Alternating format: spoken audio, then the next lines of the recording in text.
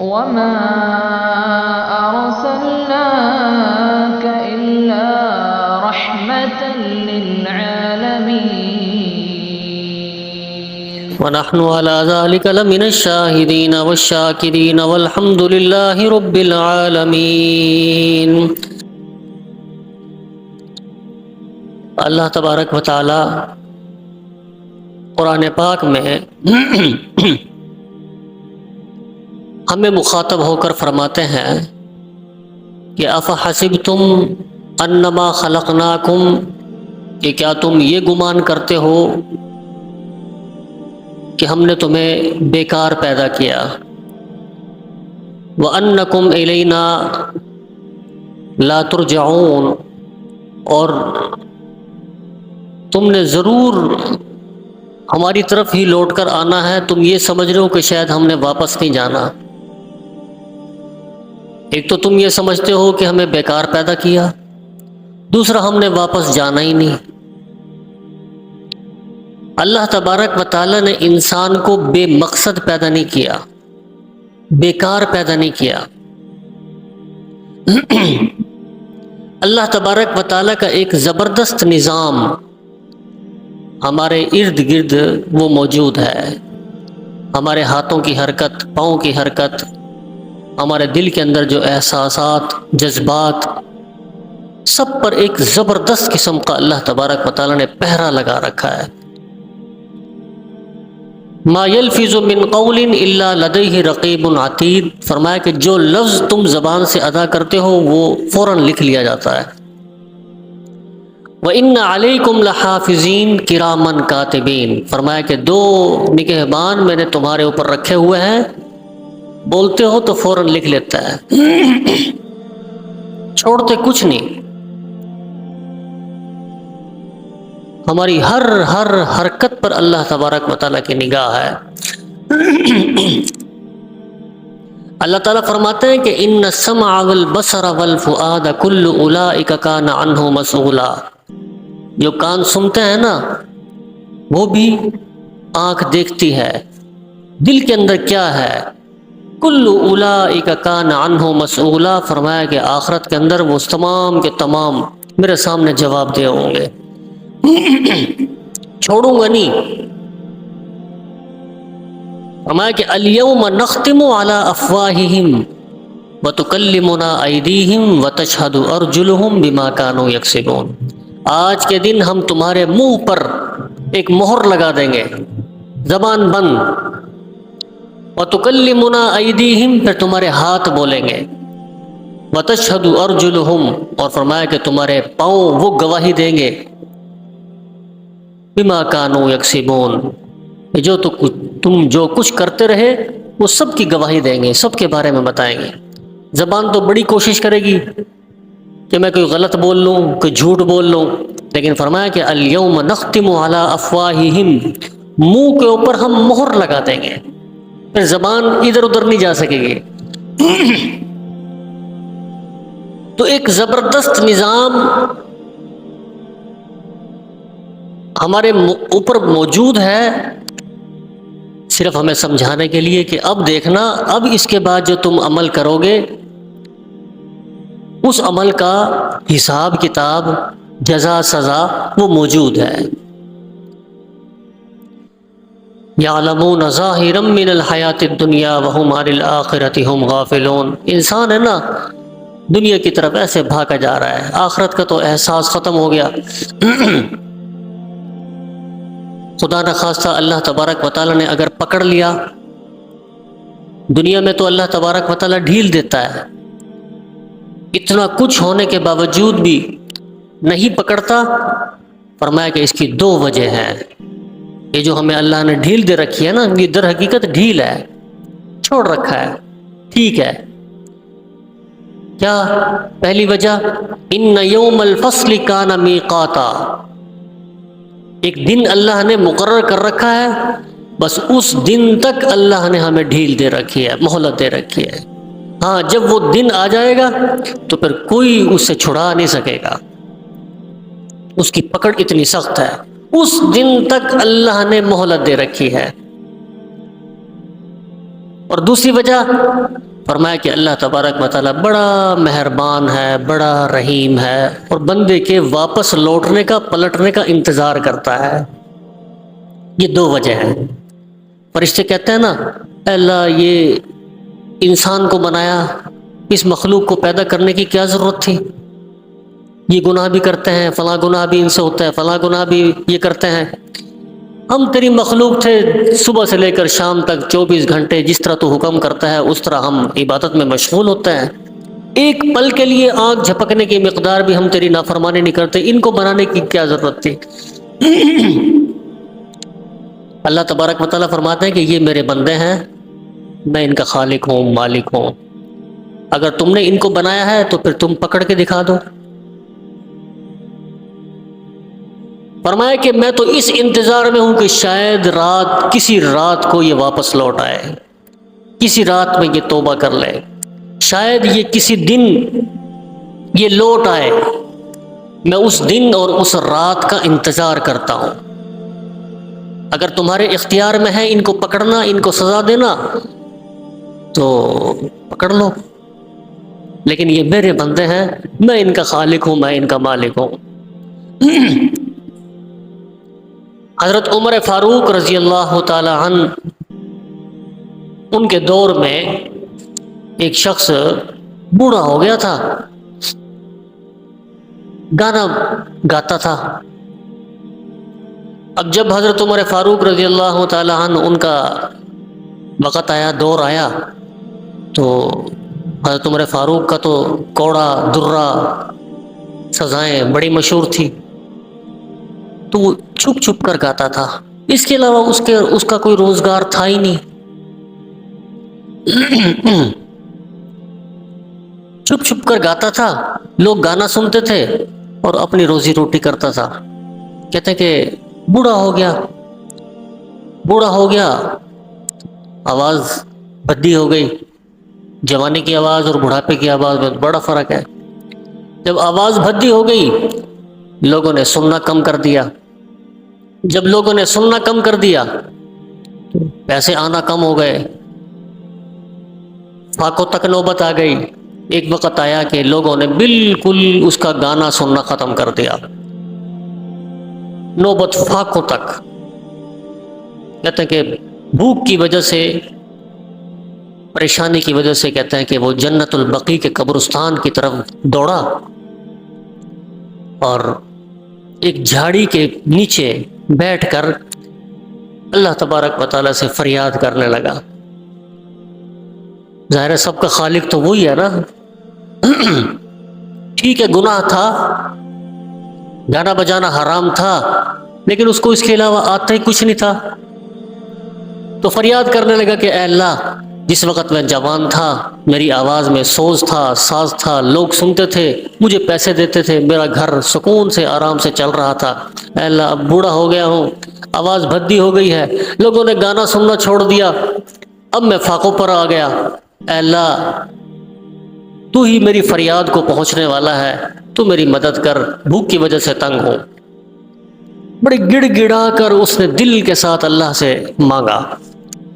حضرت عمر فاروق رضی اللہ تعالی عنہ مسجد کے اندر تشریف فرما تھے، غیب سے آواز آئی کہ اے عمر، میرا ایک بندہ جنت البقیع کے اندر مجھے پکار رہا ہے، اس کو یہ ضرورت ہے، فوراً اس کی ضرورت پوری کرو۔ کہتے ہیں کہ حضرت عمر فاروق رضی اللہ تعالی عنہ ننگے پاؤں مسجد سے نکلے، دوڑے جنت البقیع کی طرف۔ جب وہاں پہنچے، بوڑھا جو جھاڑی میں چھپا ہوا تھا، جب اس نے امیر المومنین کو آتا ہوا دیکھا تو فوراً اٹھ کر بھاگنے لگا۔ اب میں پکڑا گیا، اب مجھے کوڑے لگیں گے۔ تو حضرت عمر فاروق رضی اللہ تعالیٰ عنہ انہوں نے دور پیچھے سے آواز لگائی، لگا بندے کہاں جا رہا ہے؟ بھاگنا، میری بات سن، مجھے کسی نے بھیجا ہے۔ کہتے ہیں کہ بوڑھا رک گیا، کہنے لگا کہ اے امیر المومنین، آپ کو کس نے بھیجا ہے؟ آپ نے فرمایا کہ جس کو تو پکار رہا ہے اسی نے مجھے بھیجا ہے۔ کہتا ہے کہ وہ بوڑھا آپ کے قریب آیا اور کہنے لگا کہ اے اللہ، ساری زندگی تیری نافرمانی میں گزری، بچپن، جوانی، اب بڑھاپا بھی، ساری زندگی نافرمانی میں گزری، کبھی تجھے نہیں پکارا، اور اب پکارا بھی تو صرف اپنے پیٹ کے لیے پکارا، اور تو کوئی کام نہیں تھا نا، بھوکی تھی نا، اگر بھوک نہ ہوتی تو تجھے نہ پکارتا، پکارا بھی تو صرف اپنے پیٹ کی خاطر پکارا۔ اے اللہ تو کتنا رحیم ہے، کتنا کریم ہے، تو نے ایک مرتبہ میری لبیک پر میری مدد کی۔ کہتا ہے کہ اتنا رویا کہ اس کی جان نکل گئی، موت واقع ہو گئی۔ حضرت عمر فاروق رضی اللہ تعالی عنہ، انہوں نے خود ان کا جنازہ پڑھایا، کفن دفن کا انتظام کیا۔ تو اللہ تبارک و تعالیٰ کو اپنے بندے کے واپس لوٹنے کا، پلٹنے کا، وہ تو رات کو بھی دیکھتا ہے کہ شاید اس رات کو وہ توبہ کر لے، دن میں بھی دیکھتا ہے کہ شاید اس دن وہ اپنی پچھلی زندگی کی توبہ کر لے اور میری طرف لوٹ آئے۔ لیکن ہم تو اتنے کوئی بد قسمت کہہ لو، بد نصیب کہہ لو، یا اور بھی کوئی اس سے سخت الفاظ ہوں تو وہ سمجھ لو،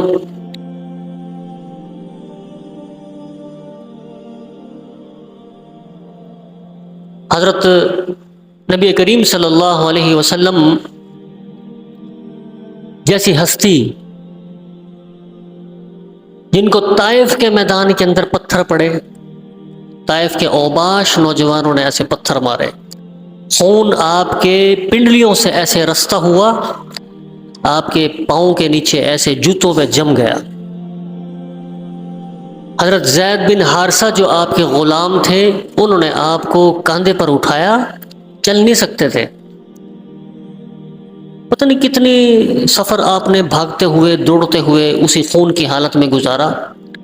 جب عاجز آ گئے چلنے سے تو حضرت زید بن حارثہ نے، جو آپ کے ساتھ تھے، آپ کو اٹھایا اور دوڑ لگائی۔ قریب کے اندر کہتے ہیں کہ انگوروں کا ایک باغ تھا، کس کا؟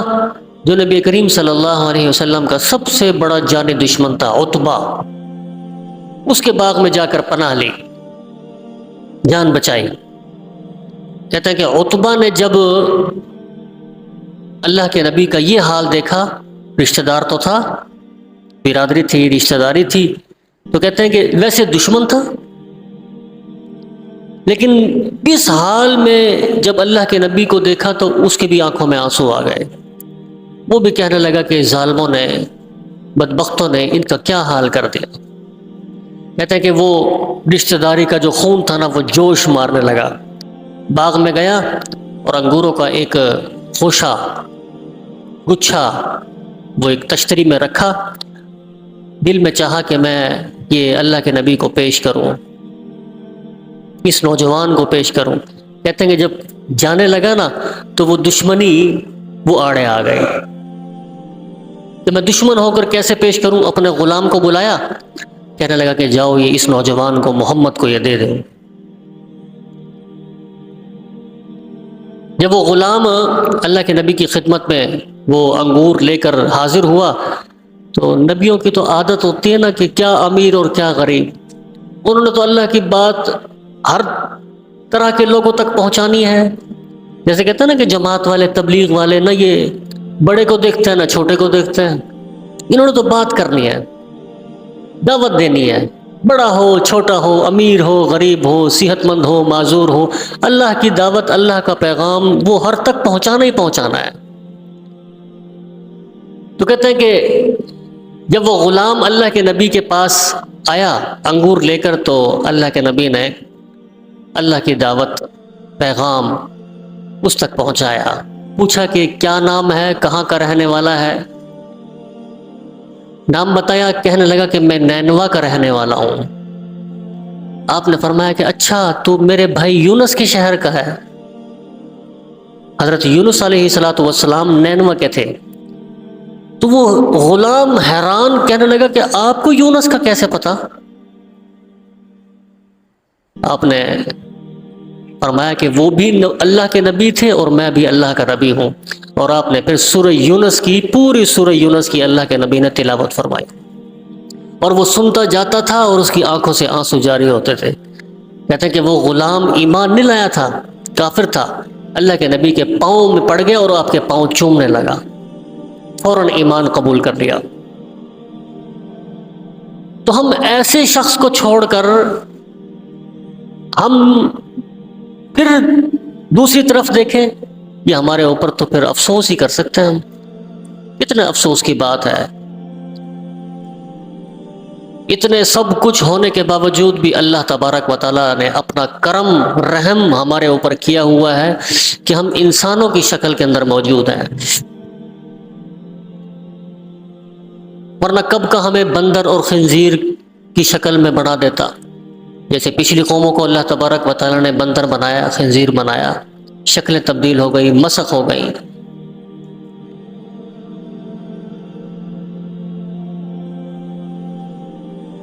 اللہ تبارک و تعالیٰ انسان کے بندے کی توبہ کا انتظار کرتا ہے کہ کب یہ میری طرف لوٹ آئے۔ بہت ہو چکا، بہت کما لیا، بہت کھا لیا، بہت دنیا دیکھ لی، لیکن اب ہم نے واپس پلٹنا ہے۔ وقت بالکل قریب ہے۔ اللہ کے نبی نے ایسے اپنی 2 انگلیوں کا اشارہ کیا تھا، پوچھا تھا نا صحابی نے قیامت کب آئے گی، کتنا وقت ہے؟ اللہ کے نبی نے ایسے 2 انگلیوں کا اشارہ کیا کہ ان 2 انگلیوں کے درمیان جو فاصلہ ہے بس اتنا وقت رہ گیا ہے۔ اور ہم تو ایسے مطمئن ہو کے بیٹھے ہیں کہ جیسے ہم نے ابھی پتہ نہیں کتنا وقت گزارنا ہے، کتنا عرصہ زندہ رہنا ہے۔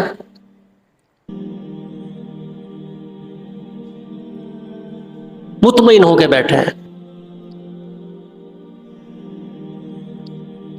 ما يلفظ من قول الا لديه رقیب عتید وان علیکم لحافظین کراما کاتبین۔ ہمارا ہر لفظ جو ہماری زبان سے نکلتا ہے نا، یہ جو 2 فرشتے اللہ تبارک و تعالیٰ نے ہمارے کاندھوں پر بٹھا رکھے ہیں نا، یہ فوراً لکھ لیتا ہے، اس میں کمی کوتاہی غلطی نہیں کرتے، جو بولتے ہیں فوراً وہی لکھا جاتا ہے، اور وہ آخرت کے اندر وہی سب کچھ اللہ تبارک و تعالیٰ ہمارے سامنے رکھ دے گا۔ پھر ہماری زبان لاکھ انکار کرے، الیوم نختم علی افواہہم، اللہ تبارک و تعالیٰ پھر ہماری زبانوں پر، منہ پر مہر لگا دے گا، بند کر دے گا۔ وتکلمنا ایدیہم، پھر ہمارے ہاتھ بولیں گے کہ ہم نے ان ہاتھوں سے کیا کیا، کس کام میں ہم نے استعمال کیے۔ وتشہد ارجلہم، اور ہمارے پھر پاؤں گواہی دیں گے جو ہم نے کام کیے کہ کس رخ پر چلے۔ ہم نے اپنے آپ کو نبی کریم صلی اللہ علیہ وسلم کے طریقے کے مطابق اپنے آپ کو ڈھالنا ہے، ان کی سنت کو ہم نے اپنانا ہے۔ ظاہر ہم نے پہلے درست کرنا ہے، پھر اس کے بعد ہم نے باطن درست کرتا ہے۔ یہ غلط بات ہے کہ لوگ کہتے ہیں کہ جی ہمارا دل صاف ہے، دل تو ہمارا صاف ہے۔ نہیں، پہلے ہمارا ظاہر بنے گا، شکل و صورت بنے گی، اس کے بعد ہمارا باطن بنے گا۔ ایمان پہلے ظاہر میں داخل ہوگا اور پھر اس کے بعد دل میں داخل ہوگا۔ ایسا نہیں ہوتا کہ جب ہم کپڑا پہنتے ہیں 1 دن کے بعد 2 دن کے بعد جب وہ کپڑا میلا ہو جاتا ہے تو ہم کیوں اتار دیتے ہیں؟ حالانکہ ناپاک تو نہیں ہوا، پھٹا بھی نہیں، گندگی بھی نہیں لگی اس پر، بظاہر بالکل صاف ستھرا ہے، لیکن اب اس کو پہننے کو دل نہیں کرتا، طبیعت نہیں کرتی۔ ہم اس کو تبدیل کرتے ہیں، دوبارہ نیا کپڑا دھلا ہوا صاف ستھرا وہ پہنتے ہیں۔ کپڑے کی بستر کی چادر میلی ہو جاتی ہے، کیوں تبدیل کر دیتے ہیں؟ کوئی ناپاک تو نہیں ہو گئی؟ استعمال کرتے رہو۔ نہیں، اب دل نہیں کر رہا۔ گلاس کے اوپر اگر سالن لگ جائے، گلاس میلا ہو جائے تو پانی پینے کو دل نہیں کرتا۔ کیوں نہیں کرتا دل؟ کیا وہ ناپاک ہو گیا یا وہ حرام ہے؟ نہیں، اب دل نہیں کر رہا۔ ایسے ہی پہلے ہمارا ظاہر بنے گا، جب ہمارا ظاہر بالکل پاک صاف ہوگا پھر ہمارا دل بھی بالکل پاک اور صاف ہوگا۔ یہ بالکل غلط بات ہے کہ جی ہمارا ظاہر ہمارا بھلے سے جیسا ہو لیکن جی ہمارا دل بڑا صاف ہے۔ ایسا نہیں، پہلے ظاہر بنانا پڑے گا، پہلے ظاہر بنتا ہے اور پھر باطن بنتا ہے۔ اگر کوئی پاکستان کا فوجی ہندوستان کے، انڈیا کے فوجی کی وردی پہن کر وہ بیٹھ جائے پاکستان میں، تو کیا پاکستان کے فوجی اس کو چھوڑیں گے؟ وہ لاکھ کہتا رہے کہ میں پاکستانی ہوں جی، اندر سے تو پاکستانی ہوں، اس کی کوئی بھی اس کی بات کو تسلیم نہیں کرے گا۔ وہ کہیں گے تو جھوٹ بول رہا ہے، کیونکہ تیرا ظاہر بتاتا ہے کہ تو انڈیا کا ہے، تو دشمن کا فوجی ہے۔ وہ لاکھ کہتا رہے، کیوں؟ اس لیے کہ اس کی وردی گواہی دے رہی ہے کہ یہ دشمن فوج کا ہے۔ تو ایسے ہی اللہ تبارک و تعالیٰ پہلے ظاہر کو دیکھتے ہیں اور پھر اس کے بعد باطن کو دیکھتے ہیں۔ ایک ایک سنت کی قدر اور قیمت ہے، ایک ایک سنت کی۔ ہم تو کہتے ہیں نا کہ سنت پر عمل کر لیا تو ٹھیک، نہ کرو تو کوئی گناہ نہیں، ایسے کہتے نہیں کہتے؟ یعنی کہ ہمارے ہاں سنت کی قدر اور قیمت وہ ایک ووٹ کے برابر بھی نہیں ہے، 1 روپے کی برابر بھی نہیں ہے۔ 1 روپیہ جیب سے گرتا ہے تو کوئی یہ کہتا ہے کہ اٹھا لو تو بھی خیر ہے، نہ اٹھاؤ تو بھی کوئی مسئلہ نہیں؟ کوئی کہتا ہے ایسے؟ 1000 روپے گر جائیں تو کوئی یوں کہتا ہے کہ نہ اٹھاؤ خیر ہے، اٹھا لو تو بھی خیر ہے؟ نہیں، ہر کوئی کہے گا کہ اٹھا لو۔ 1 ووٹ، ایک سیاستدان 1 ووٹ کے لیے کتنی تگ و دو کرتا ہے۔ ہر سیاستدان یہ کہتا ہے کہ جی ایک ووٹ سے ہار اور جیت ہے۔ کوئی یہ کہتا ہے کوئی سیاستدان کہ 1 ووٹ کی خیر ہے، مل گیا تو ٹھیک ہے، نہ ملا تو بھی ٹھیک ہے۔ اور وہاں ہم سنت کو ہم کہتے ہیں کہ جی 1 سنت خیر ہے، چھوٹ گئی تو کوئی مسئلہ نہیں۔ جہاں ہم دنیا کے معاملے کے اندر ہم اتنی احتیاط کرتے ہیں، اتنا اس کا لحاظ رکھتے ہیں، اتنا اس کے اوپر عمل کرتے ہیں، تو ایسے ہی ہمیں سنت کو بھی کم از کم ہم اس درجے میں تو لے آئیں۔ تو مقصد کہنے کا یہ ہے کہ افحسبتم انما خلقناکم عبثا وانکم الینا لا ترجعون۔ اللہ تبارک و تعالیٰ فرماتے ہیں کہ کیا تم یہ گمان کرتے ہو کہ میں نے تمہیں بیکار پیدا کیا؟ بیکار پیدا نہیں کیا۔ وانکم الینا لا ترجعون، اور کیا تم یہ خیال کرتے ہو کہ تم نے میرے پاس واپس نہیں آنا؟ ایسا نہیں ہے، میں نے تمہیں بیکار بھی پیدا نہیں کیا اور میں تمہیں واپس بھی بلاؤں گا، اور تمہارے ایک ایک عمل کا تم سے میں حساب لوں گا۔ تو ان آیات کو مد نظر رکھ کر اگر ہم اپنی زندگی گزاریں تو اللہ تبارک و تعالیٰ کی ذات سے امید ہے کہ اللہ تبارک و تعالیٰ اپنا کرم فرمائیں گے۔ اللہ تبارک و تعالیٰ عمل کی توفیق عطا فرمائے۔ وآخر دعوانا الحمدللہ رب العالمین۔